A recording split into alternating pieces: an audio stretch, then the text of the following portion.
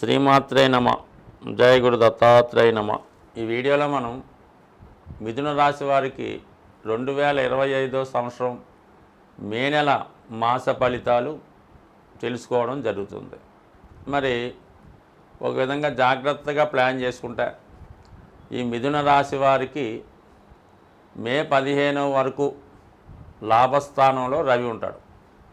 అంటే రవి 11వ స్థానంలోకి వచ్చినప్పుడు ఇంచుమించుగా అన్ని గ్రహాలు కూడా మీకు సహకరించడం జరుగుతూ ఉంటుంది. అంటే జన్మజాతకంలో కూడా గురువు లగ్నంలో ఉన్న రవి 11లో ఉన్న లక్ష దోషాలు సాల్వ్ అవుతాయని చెప్తూ ఉంటారు. మరి ఇప్పుడు రవి లాభస్థానంలోకి రావడం వల్ల అంటే గ్రహరాజు మీకు 11లో ఉన్నప్పుడు ఏమవుద్దంటే మిగతా గ్రహాలు కూడా ఈ రాజుగారి ఆర్డర్ ప్రకారం నడుచుకోవడం జరుగుతూ ఉంటుంది. ఆ కారణం వల్ల మీకు అటు ప్రభుత్వ అధికారులు, రాజకీయ నాయకులు, తండ్రి సమానమైన వ్యక్తులు మీకు సహకరించడం జరుగుతుంది.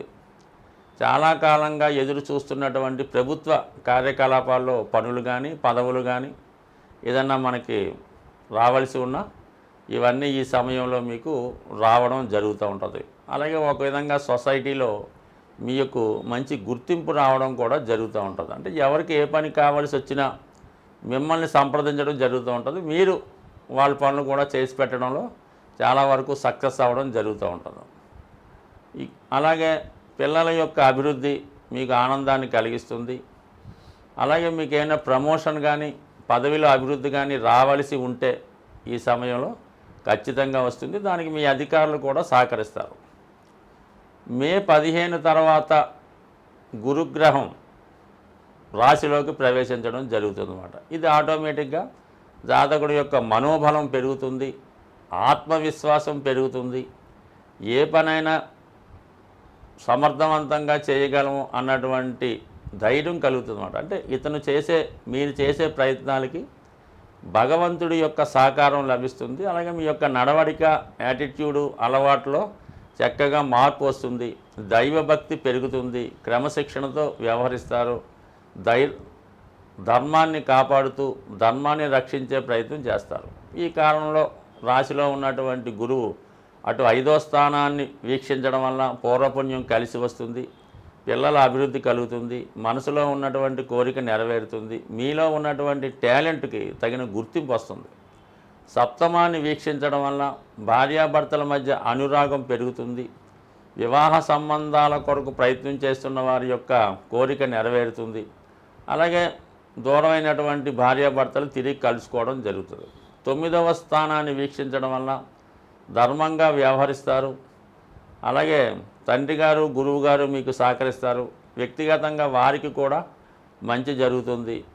మొత్తం మీద మీకు గురువు అన్ని విధాలుగా అభివృద్ధికరంగా ఉండడం జరుగుతుంది. మే 15 తర్వాత ఇది నిజంగా మరి ధనుసు రాశి వారికి అంటే ఇది ఒక విధంగా మిథున రాశి వారికి ఒక టర్నింగ్ పాయింట్ లాంటిదని చెప్పచ్చు. సో 2 గ్రహాలు అటు రవి, గురువు మిమ్మల్ని నెలంతా కూడా చాలా హ్యాపీగా తీసుకెళ్లే ప్రయత్నం చేస్తారు. అయితే ఏంటంటే 15వ తారీఖు తర్వాత వ్యయంలోకి వస్తున్నటువంటి రవి కొంత ఇన్వెస్ట్మెంట్ చేయడం కానీ, ప్రభుత్వానికి చెల్లిన ట్యాక్స్లు వగైరా చెల్లించడం కానీ, సడన్గా ఏమైనా ప్రయాణాలు చేయవలసి రావడం జరుగుతుంది. అలాగే మీ యొక్క బంధువులకు కానీ, తండ్రి గారికి కానీ, అన్నదమ్ములకు కానీ చాలా వరకు వారి యొక్క అవసరం నిమిత్తం కొంత సహకారం అందించవలసి వస్తుంది. అలాగే పిల్లల యొక్క చదువు లేదా ఆరోగ్యం కొరకు కొంత శ్రమ పడటం కానీ, కొంత ధనాన్ని వెచ్చించడం కానీ, లేదంటే వారి కొరకు కొంత సమయాన్ని వెచ్చించడం కానీ జరిగే అవకాశం ఉన్నది. ఇంకా కుజుడు ధనస్థానంలో ఉండడం వల్ల అటు షష్ఠ లాభాధిపతిగా మరి అనూహ్యంగా కొంత ధనం మీ కుటుంబానికి రావడం జరుగుతుంది. అది స్థిరాస్తి మీద పెట్టుబడి పెట్టే ప్రయత్నంలో చాలా వరకు సక్సెస్ అయ్యే అవకాశం ఉంది. బట్ ఏదైనా చాలా సందర్భాల్లో కుజుడు కుటుంబ స్థానంలో ఉన్నప్పుడు కుటుంబ సభ్యుల మధ్య ఏకాభిప్రాయం లేకపోవచ్చు.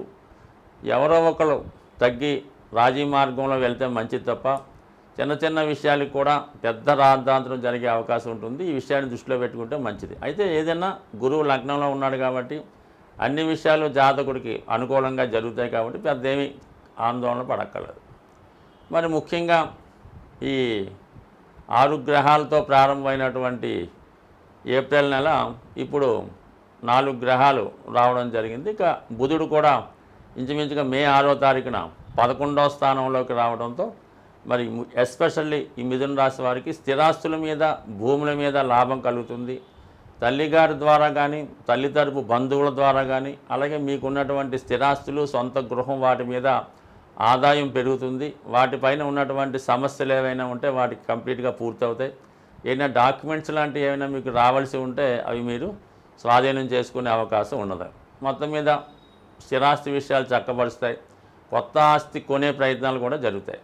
ఇక దశమంలో శని, రాహు, శుక్రుడు, ఇది చాలా వరకు వ్యయాధిపతిగా శుక్రుడు దశమంలో ఉండడం వల్ల ఇది ఏదైనా సినిమా, టీవీ, మీడియా రంగంలో ప్రవేశిద్దాం అనుకున్న వారికి, ఎస్పెషల్లీ ఈ రాశిలో ఉన్నటువంటి స్త్రీలకి కొత్త అవకాశాలు, గుర్తింపు రావడం జరుగుతుంది.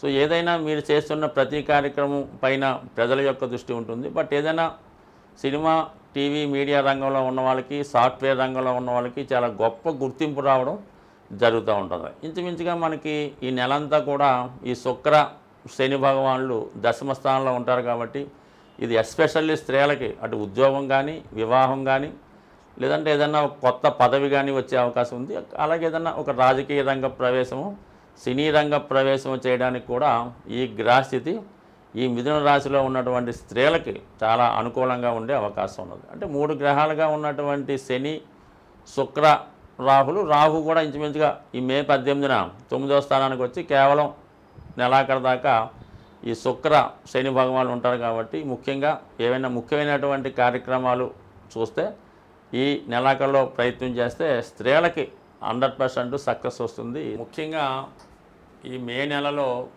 రాహు, కేతువులు రాశులు మారడం జరుగుతుంది. సాధారణంగా రాహుకేతువుల ప్రభావం అన్ని రాశుల వారి మీద ఉంటుంది. ఎందుకంటే రాహు ఉన్న రాశిని ఏ గ్రహంతో కలిస్తే ఆ ప్రభావాన్ని, ఏ గ్రహాన్ని చూస్తే ఆ ఫలితాన్ని, మొత్తం అంతా మిక్స్డ్గా 12 భావాల మీద ఏదో ఒక ప్రభావం చూపడం జరుగుతూ ఉంటుంది.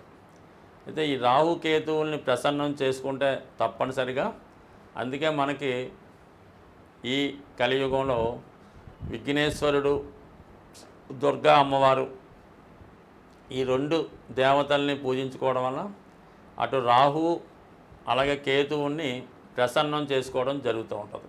తరచూ పనులు వాయిదా పడుతున్నా, ప్రారంభించిన పని పూర్తి కాకుండా ఉన్నా కేతువు యొక్క ప్రభావం ఉంటుందని గమనించి చాలా వరకు విఘ్నేశ్వరుణ్ణి పూజించుకోవలసి ఉంటుంది.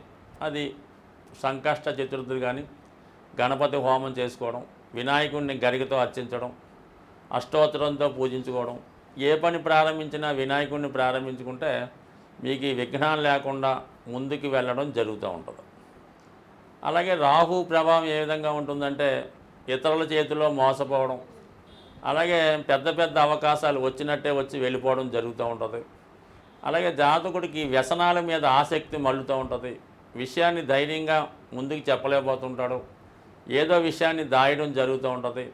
కొన్ని నిజాయితీగా వెళ్ళలేకపోవడం, ఏదో ఒక బలహీనతకి లోను కావడం, ఇలా జరుగుతూ ఉంటుంది. అంటే రాహు ప్రభావం ఏంటంటే చట్టానికి వ్యతిరేకంగా ఉంటుంది, మన సాంప్రదాయాలకి విరుద్ధంగా ఉండడం జరుగుతూ ఉంటుంది. ఈ లవ్ మ్యారేజ్లు, ఇంటర్ క్యాస్ట్ మ్యారేజ్లు, ఈ చిన్న పెద్ద లేకుండా, తారతమ్యం లేకుండా వివాహాలు, ఇవన్నీ కూడా రాహు ఏంటంటే పొల్యూట్ చేస్తుంటాడు, మన ధర్మాన్ని పాడు చేస్తుంటాడు, మన చట్టాన్ని నాశనం చేస్తుంటాడు, మన వ్యవస్థని పాడు చేస్తుంటాడు. ఇవన్నీ లేకుండా ఉండాలంటే మరి అంటే జాతకుడు తను తాను సంస్కరించుకుంటూ దుర్గా అమ్మవారిని ప్రతి శుక్రవారం అమ్మవారిని కుంకుమార్చన చేసుకోవడం కానీ, దుర్గా అష్టోత్తరం పారాయణ చేసుకోవడం మంచిది. అమ్మవారికి ఏదైనా నిమ్మకాయల దండ వేయటం కానీ, ఏదన్నా నైవేద్యంగా పులగం లాంటిది నైవేద్యం పెట్టడం వల్ల, అలాగే గుమ్మడికాయ సమర్పించడం వల్ల, ఇవన్నీ చిన్న చిన్న పరిహారాలు వాళ్ళ టెంపుల్లో ఆచారాన్ని బట్టి, అక్కడ ఉన్నటువంటి సాంప్రదాయాలను బట్టి ఉండడం జరుగుతూ ఉంటుంది. బట్ ఏదైనా తరచూ విఘ్నేశ్వరుని, కనకదుర్గ అమ్మవారిని, ఏదైనా ఒక శక్తి స్వరూపాన్ని ఆరాధించడం వల్ల కంపల్సరిగా జాతకుడు రాహు పెట్టే ఇబ్బందులు, భయాల నుంచి బయటపడే అవకాశం ఉంది.